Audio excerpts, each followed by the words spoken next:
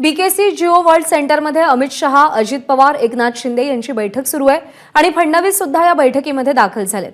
बंद दाराआड सध्या चर्चा सुरू आहे। जागा वाटपासंदर्भात ही बैठक सुरू असल्याची माहिती आहे। दरम्यान राष्ट्रवादीला कोणत्या जागा देता येतील या संदर्भात सध्या चर्चा सुरू असल्याची माहिती मिळते आहे।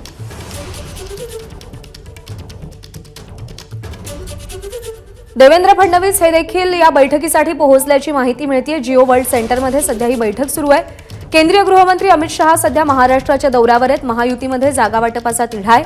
आता हा जागा वाटपाचा तिढा या बैठकीनंतर सुटतो का, काही ठोस निर्णय आणि जागा वाटपासंदर्भात काही निश्चिती मिळते का याची उत्सुकता आहे। अजित पवार आणि मुख्यमंत्री एकनाथ शिंदे यांच्यासोबत आधी बैठक सुरू होती। आता देवेंद्र फडणवीस सुद्धा या बैठकीमध्ये दाखल झालेत। जशी माहिती मिळते की 400 पारचा नारा भाजपनं दिलाय, त्यामुळे कोणतीही रिस्क घेण्याच्या मनस्थितीमध्ये भाजप नाही।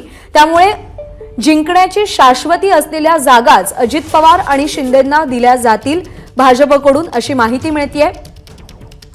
त्यामुळे जागा वाटपासंदर्भात नेमका काय निर्णय होतो, कोणाच्या खात्यात कोणत्या जागा जातात याची उत्सुकता सध्या आहे। अर्थात महाविकास आघाडीमध्ये इच्छुक उमेदवारांची संख्या सुद्धा जास्त आहे। अनेक प्रमुख नेते सध्या महायुतीमध्ये आहेत। त्यामुळे कुणाचा पत्ता यावेळी काटला जाणार, कुणाचं तिकीट यावेळी कापलं जाणार हेही पाहावं लागेल आणि त्यासोबतच नवीन चेहऱ्यांना जागा वाटपामध्ये संधी मिळते का याचीही उत्सुकता असेल। पण 400 पारचा नारा भाजपनं दिलेला आहे, त्यामुळे प्रत्येक जागेसंदर्भात अगदी कसोशीनं विचार करून निर्णय घेतला जाईल एवढं मात्र निश्चित आहे। आणि सध्या जे अपडेट्स हाती येत आहेत, महायुतीची बैठक संपलेली आहे जिओ वर्ल्ड सेंटरमधली आणि अमित शहा तिथून निघालेले आहेत। निलेश बुधावले आपल्याला अपडेट देतील। निलेश, प्रज्ञा, जिओ वर्ल्ड सेंटरमध्ये जो कार्यक्रम चालू होता त्या कार्यक्रमामध्ये अजित पवार देखील उपस्थित होते आणि त्याचवेळी राष्ट्रवादी काँग्रेस पक्षाची जी साऊथ मुंबईमध्ये म्हणजेच महिला आर्थिक विकास महामंडळाच्या कार्यालयात बैठक चालू होती, त्याच बैठकीमध्ये राष्ट्रवादीच्या दोन महत्त्वाच्या नेत्यांना या ठिकाणी निरोप आल्याचं पाहायला मिळालं। एक सुनील तटकरे आणि दुसरं राष्ट्रीय कार्याध्यक्ष प्रफुल्ल पटेल, या दोघांना तातडीनं त्या ठिकाणी बोलवण्यात आलं होतं बीकेसीला आणि बीकेसीमध्येच आता अजित पवार, अमित शहा यासोबतच प्रफुल्ल पटेल आणि सुनील तटकरे यांच्यामध्ये बैठक होताना पार पडते। यातली महत्त्वाची बाब अशी आहे की मागच्या 2 दिवसांमध्ये जो आढावा राष्ट्रवादी काँग्रेस पक्षाच्या वतीने घेण्यात आला होता त्याच्यामध्ये बारामती, रायगड, शिरूर, सातारा, परभणी, गडचिरोली, धाराशिव, दिंडोरी किंवा नाशिक, बुलढाणा या जागांवर या बैठकीमध्ये प्रामुख्याने चर्चा होणार आहे। अमित शहांकडे या जागांसंदर्भामध्ये मागणी होताना पाहायला मिळेल। जवळपास 9 जागा असल्याची सध्या माहिती आहे। ज्यावेळेस लोकसभा अजित पवार सत्तेमध्ये सहभागी झाले होते त्याच जी कमिटमेंट घेण्यात आली होती लोकसभेला जवळपास 9 जागा कुठेतरी अजित पवार गटाला देण्यात याव्यात, हीच भूमिका आजच्या देखील या बैठकीमध्ये होताना पाहायला मिळणार आहे। मतदारसंघ कोणते असतील त्याची देखील माहिती आपल्या हाती आलेली आहे। सध्या राष्ट्रवादी काँग्रेस पक्षाचे जे 4 उमेदवार लोकसभेचे खासदार आहेत त्या जागा सोडून इतर 5 ठिकाणी आणखीन मागणी होताना आपल्याला पाहायला मिळते। याच्यामध्ये गडचिरोलीचा समावेश आहे, परभणीचा समावेश आहे, धाराशिव, दिंडोरी किंवा नाशिक, बुलढाणा या जागांचा यामध्ये समावेश असल्याची माहिती आहे। काही वेळातच या संदर्भातली अपडेट येताना आपल्याला पाहायला मिळेल।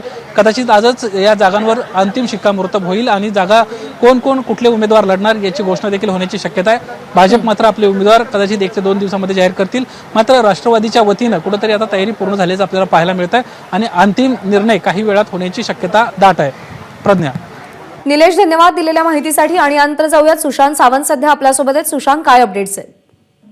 थोड्याच वेळापूर्वी जी आहे ती बैठक संपलेली आहे। सुरुवातीला जर आपण बघितलं असेल तर अजित पवार, प्रफुल्ल पटेल आणि सुनील तटकरे यांच्यासोबत अमित शहा यांनी चर्चा केलेली आहे। नेमक्या कोणत्या जागांवर राष्ट्रवादीचा दावा आहे याची माहिती अमित शहा यांनी घेतली। काही जागांबाबतची माहिती जी आहे ती उपमुख्यमंत्री अजित पवार यांनी अमित शहांना दिली। त्यानंतर जे आहे ते अमित शहा एकनाथ शिंदे यांना भेटले, त्यांची देखील म्हणणं त्यांनी ऐकून घेतलं। कारण आपण जर बघितलं असेल तर एकनाथ शिंदेच्या शिवसेनेला रत्नागिरी, सिंधुदुर्ग असेल, ठाणे असेल, त्यासोबत मुंबईतील काही जागांवर दावा जो आहे तो त्यांनी केलेला आहे। याबाबतची माहिती त्यांनी अमित शहा यांना दिली आणि त्यानंतर उपमुख्यमंत्री देवेंद्र फडणवीस, अमित शहा, एकनाथ शिंदे आणि अजित पवार यांची एक वेगळी बैठक झाली आणि नेमका कशा पद्धतीने तोडगा काढता येईल याबाबतची चर्चा झाल्याची आपल्याला कळतंय।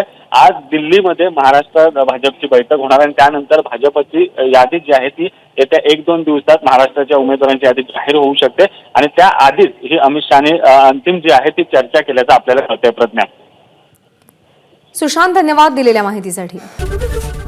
एबीपी माझा, उघडा डोळे बघा नीट।